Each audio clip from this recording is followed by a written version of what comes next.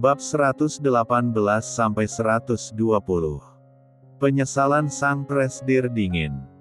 Hubungan Ocean dan Karina sudah semakin berkembang setelah berpiano mereka seminggu yang lalu. Sementara Nika masih terlihat malu-malu berdekatan dengan ayahnya. Karena insiden sebelumnya. Di ruangan tamu. Madre. Apakah adik bayi akan segera hadir di perut Madre? Kata Nona Madre harus lebih banyak me time dengan Padre agar adik bayi segera hadir di keluarga kita. Celetuk Nika membuat semua orang yang duduk di sana terdiam. Kebetulan 3 hari yang lalu Clarence, Lina dan Linda berkunjung ke mansion mereka. Sementara Gavin, Jordana dan anak-anak mereka sedang memiliki urusan di luar negeri. Nika tanpa sengaja membocorkan apa yang Nika itu lihat beberapa hari yang lalu. Mereka tentu saja bahagia mendengar kabar itu. Mereka berharap Karina akan segera hamil dan hubungan rumah tangga mereka semakin harmonis. Lina dan Clarence meminta cucu perempuan mereka agar selalu mengawasi kedua orang tuanya. Jika mereka berjarak, maka tugas Nika mendamaikan mereka. Nika yang masih polos menyetujui permintaan kedua neneknya. Doakan saja semoga adik bayi kalian segera hadir di perut Madre. Jawab Ocean tersenyum lebar. Ia jadi ingin merasakan bagaimana lelahnya menjadi seorang ayah saat bayi mereka merengek kehausan tengah malam. Karina mendelik tajam mendengar perkataan suaminya. Karina belum siap hamil lagi. Apalagi anak-anak mereka masih membutuhkan kasih sayang kedua orang tuanya. Jangan coba-coba tolak rejeki, sayang. Ujar Ocean membuat Karina cemberut. Ya, jika Tuhan mempercayakan seorang anak lagi pada mereka, bagaimanapun Karina harus menerimanya. Ocean mengelus kepala istrinya dengan gemas. Padre, Nika juga ingin diperlakukan seperti itu. Ujar Nika dengan cepat duduk di sebelah ayahnya. Ocean tersenyum tipis mendengar permintaan putrinya. Ia senang gemas mengecup kepala Nika berulang kali. Kap kap kap. Ternyata putri Padre sangat manja. Ujar Ocean membuat Nika malu-malu kucing. Ocean lalu mengalihkan pandangannya ke arah kedua putranya, yang sedari tadi diam dengan pikiran mereka masing-masing. Apa kalian punya tempat wisata yang ingin kalian kunjungi? Tanya Ocean menatap kedua putranya. Akhir-akhir ini Ocean mulai bisa mendekati kedua putranya. Meskipun mereka masih bersikap seperti biasanya, Ocean tidak akan menyerah mendapatkan hati kedua putranya. Mereka tidak merespon pertanyaan Ocean. Oscar, bagaimana denganmu? Apa kamu tidak mau membeli komputer yang lebih canggih lagi?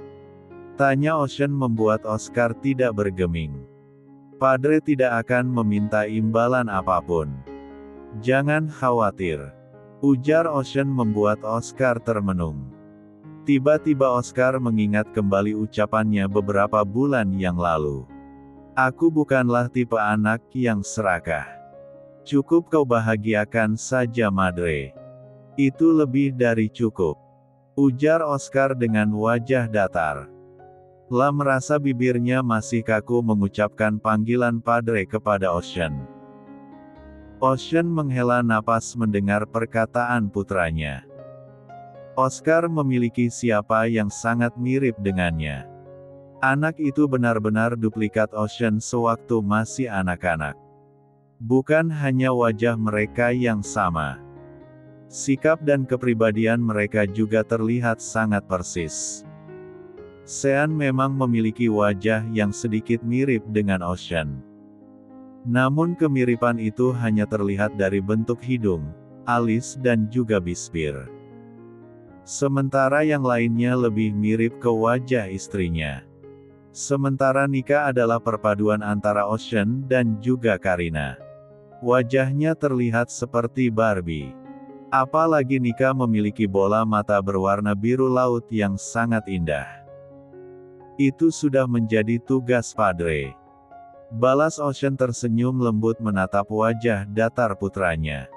Ocean lalu mengalihkan pandangannya ke arah putranya Sean. Lalu bagaimana denganmu? Apa kamu juga belum menerima kehadiran Padre? Tanya Ocean menatap putra pertamanya dengan lembut. Aku. Ocean dengan cepat menggenggam tangan bergetar putranya. Bolehkah Padre memelukmu? Tanya Ocean membuat putra pertamanya membatu. Sean menundukkan kepalanya mendengar pertanyaan ayahnya. Tidak masalah kalau kamu ingin menolak keinginan Padre memelukmu. Padre tidak akan memaksamu. Ujar Ocean membuat putra pertamanya semakin menunduk. Ocean mengalihkan pandangannya ke arah istrinya. Gerakan mata Karina meminta Ocean agar mendekati Sean. Ocean dengan cepat mengangkat tubuh putra pertamanya ke atas pangkuannya. Kenapa Hem? Tanya Ocean mengelus kepala putranya dengan lembut. Tidak apa-apa kamu menolak kehadiran Padre. Yang penting satu hal yang harus kalian tahu. Kalau Padre sangat menyayangi kalian. Terang Ocean mendekap tubuh putranya. Ia menepuk-nepuk lembut punggung Sean hingga membuatnya nyaman berada di dalam pelukan ayahnya. Karina tersenyum tipis melihat putranya mulai menerima keberadaan ayah mereka. Karina berharap Ocean tidak sekedar memberikan harapan palsu kepada ketiga anak kembar mereka. Tak beberapa lama terdengar suara langkah kaki seseorang dari pintu depan. Mereka langsung mengalihkan pandangan mereka ke arah pintu depan. Auntie. Nika dengan cepat turun dari sofa dan berlari ke arah wanita itu. Seorang pria yang datang bersama wanita itu dengan cepat melangkah mendekati Karina. Saat pria itu ingin mengecup kening Karina, Ocean dengan cepat menarik tubuh istrinya masuk ke dalam pelukannya.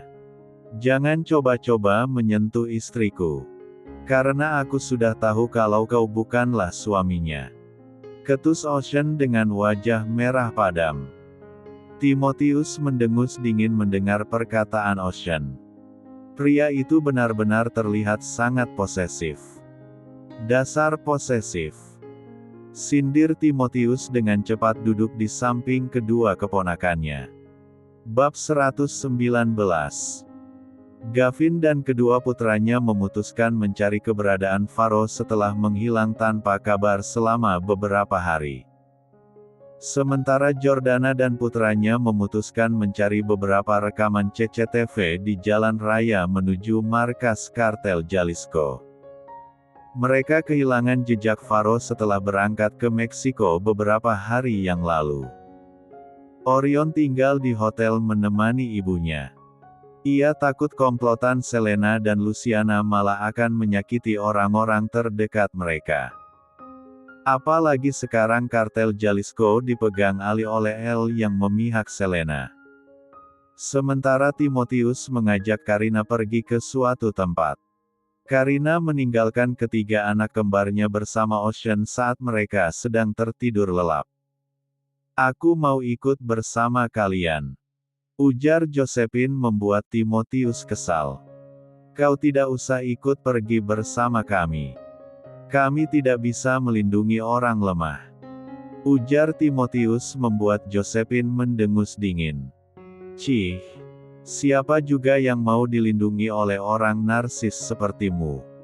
Jangan terlalu percaya diri Tuan Fernandes. Sindir Josephine mendengus dingin. Timotius terkejut mendengar perkataan sindir Josephine. Hanya wanita itu yang berani menyindirnya secara langsung di depannya. Karina yang pusing mendengar perdebatan mereka langsung menghentikannya. Sudah. Tidak perlu bertengkar. Aku yang akan melindungi Josephine. Ujar Karina dengan cepat menarik tangan sahabatnya berlalu dari hadapan Timotius. Dasar sepupu keras kepala. Gerutu Timotius dengan wajah kesal mengikuti langkah mereka dari belakang. Tak beberapa lama mereka tiba di sebuah bangunan tua yang ada di sebuah hutan gelap.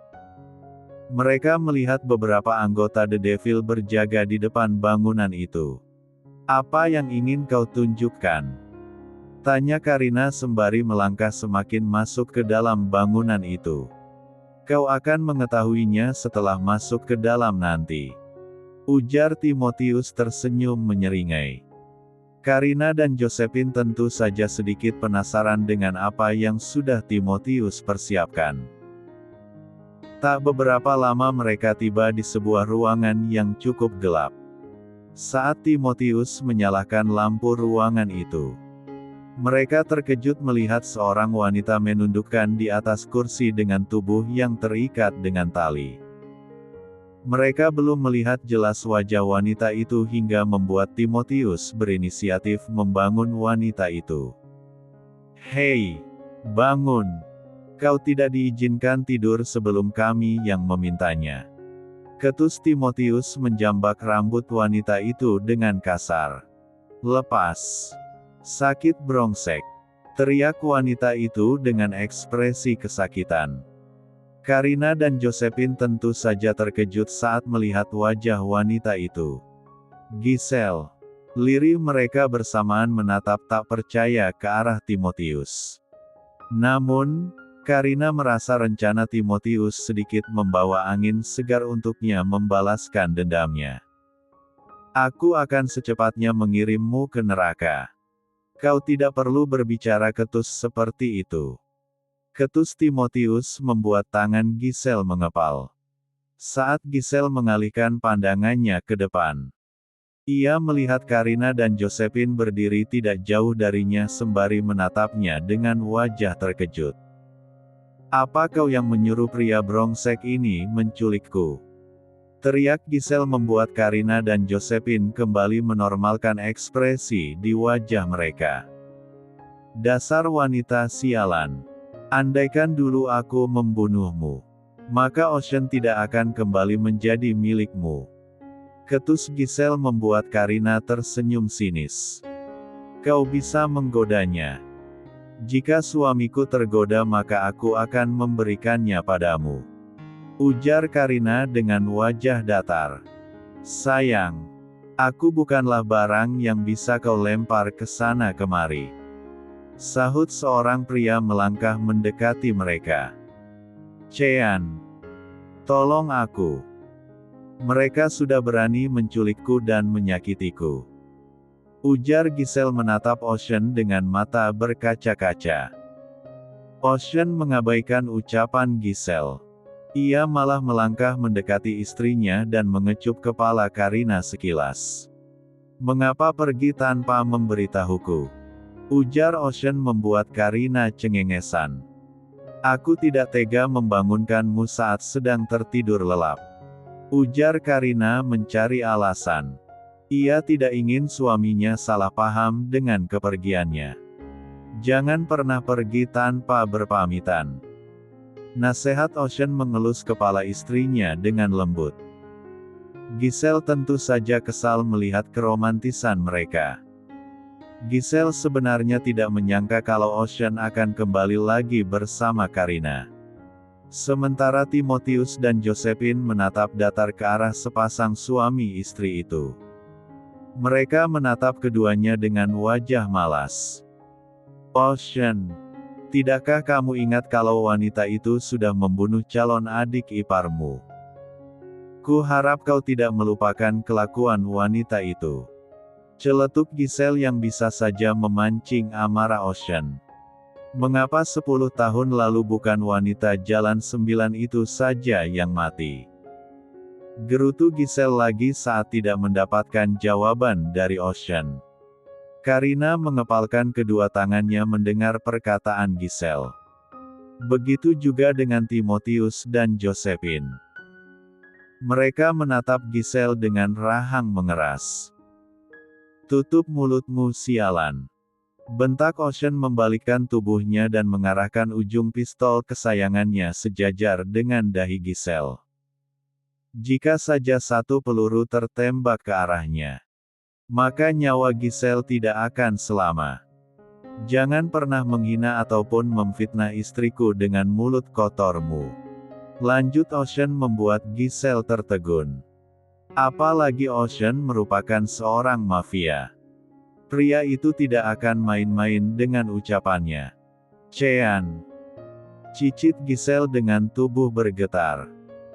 Ia tidak menyangka kalau Ocean akan semarah itu kepadanya. Namun Giselle tetap saja tidak rela melihat keromantisan mereka. Karina menggenggam tangan suaminya dengan lembut. Aku tidak ingin mengotori tanganmu. Biarkan aku yang melakukannya secara perlahan. Ujar Karina tersenyum menyeringai membuat Giselle merinding. Bab 120. Di Meksiko. Di markas kartel Jalisco. Terdengar suara tembakan saling bersahutan. Para anggota kartel Jalisco terlihat menatap garang ke arah kedatangan Gavin dan kedua putranya. Ternyata pemimpin The Devil sudah berani menginjakkan kakinya di daerah kekuasaan kartel Jalisco. Bukankah tindakan ini sama saja memancing permusuhan? Tegas seorang pria matang berusia kisaran 35 tahun menatap sinis ke arah mereka.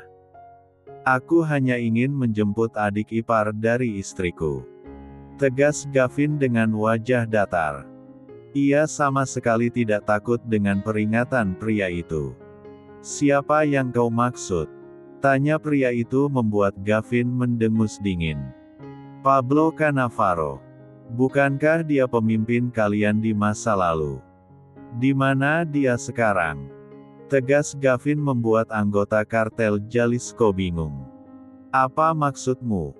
Kami sudah kehilangan jejak Pablo dari beberapa puluh tahun yang lalu. Kata mereka membuat Gavin terkejut. Lalu di mana pemimpin kalian? Tanya Gavin dengan rahang mengeras. Tak beberapa lama terdengar suara langkah kaki dari dalam markas kartel Jalisco. Seorang pria seusia Gavin keluar dari markas kartel Jalisco sembari membawa satu senjata api. La menatap penuh waspada ke arah Gavin dan kedua putra Gavin. Long time no see, Gavin mensis. Tumben-tumbenan kau berkunjung ke markas kartel Jalisco. Ada urusan apa kau menginjakkan kakimu di daerah kekuasaan mafia yang bukan milikmu? Tanya pria itu dengan wajah datar. Cih, di mana Faro? Aku tahu kau pasti mengetahui keberadaannya. Tegas Gavin menatap pria itu dengan marah. Setahuku dia sudah kembali ke Indonesia beberapa hari yang lalu. Jawab pria itu dengan wajah tenang. Cih. Apa kau pikir aku akan percaya begitu saja dengan jawabanmu? Aku tahu uang ternyata sudah membuatkan mata dan hatimu buta. Harusnya kau sadar diri. Jika bukan karena Faro, kau hanyalah anak pungut korban hasil pemerkosaan. Hina Gavin membuat pria itu marah. Jangan biarkan mereka keluar dari negara ini hidup-hidup. Perintah El sebelum berbalik masuk ke dalam markas. Dor. Beberapa anggota kartel Jalisco menembak secara membabi buta ke arah Gavin dan kedua putranya. Gavin dan kedua putranya dengan sigap menghindari peluru itu. Mereka kemudian menembak anggota Jalisco yang menembak mereka. Dor. Jika kedatangan kami tidak disambut dengan baik-baik, maka kami tidak akan segan-segan membunuhmu. Ujar Darren menembak mereka hingga tewas di tempat. Tak beberapa lama, ratusan anggota bayangan Jalisco keluar dari tempat persembunyian mereka. Mereka mengepung Gavin dan kedua putranya. Karena mereka menganggap tembakan tersebut merupakan bentuk perlawanan. Suara tembakan terdengar nyaring dari luar markas Jalisco. Namun, El semakin bersemangat melangkah ke dalam sebuah ruangan. Setibanya di salah satu ruangan yang paling pojok, El membuka ruangan itu dan menatap datar ke arah seorang pria yang tergeletak tak berdaya di lantai. Aku tidak menyangka kalau kau mampu mengambil hati pemimpin The Devil. Celetuk El mendengus dingin menatap muncung senjata api yang ada di tangannya. Jika mereka berani menghabisi seluruh anggota Jalisco, bukankah lebih baik jika kau juga ikut mati bersama mereka? Tanya El tersenyum menyeringai menatap wajah babak belur Faro. Ya, pria yang tergeletak bersimpuh darah di lantai tersebut adalah Faro. Beberapa hari yang lalu salah satu suruhan El meminta mereka menculik Faro agar tidak merusak rencananya menguasai dunia. Jika dua pemimpin besar bisa El musnahkan dengan mudah, maka kejayaan Jalisco akan semakin di depan mata. Ingin menguasai The Devil dan juga Black Mamba secara bersamaan. Kemudian El juga berinisiatif menggabungkan tiga mafia itu menjadi satu bagian. Hingga kekuasaan Jalisco akan semakin diakui oleh dunia. Jika aku tahu kau akan serakah seperti hari ini, aku akan berpikir dua kali sebelum menyerahkan kartel Jalisco kepadamu. Tegas Faro menahan rasa sakit di seluruh tubuhnya. Entah sudah berapa peluru yang bersarang di tubuhnya. Namun Tuhan sepertinya masih berbaik hati memberikannya kesempatan untuk hidup. El tertawa terbahak-bahak mendengar perkataan Faro. Saat dulu menjabat sebagai pemimpin kartel Jalisco, kau terlihat sangat sombong dan angkuh hingga mengabaikan semua orang yang tulus menyayangimu. Sekarang saat kau sedang berada di bawah, tak ada satupun anggota Jalisco yang membelamu. Apa yang kau miliki sudah hilang tak tersisa. Ejek El membuat Faro tersenyum miris. Kau benar. Aku memang kehilangan semua. Namun aku tidak takut kehilangan apapun. Karena aku sadar kalau semua yang aku miliki di dunia ini hanyalah sementara. Kekayaan, kekuasaan, jawaban dan juga apa yang kau miliki sekarang ini tidak lebih dari sekedar titipan. Lebih baik kau menyerah sebelum kau menyesalinya. Karena Gavin bukanlah orang yang mudah dihadapi. Ujar Faro dengan suara lirih hingga membuat El tidak senang. Ternyata membiarkanmu hidup merupakan pilihan yang salah. Bukannya mendukungku. Kau malah berani-beraninya menakut-nakutiku. Balas El sebelum menembakkan sebuah peluru yang hampir saja mengenai salah satu organ vital Faro. Lebih baik aku mengirimmu ke neraka secepatnya sebelum merebut semua yang kumiliki. Dor dor dor.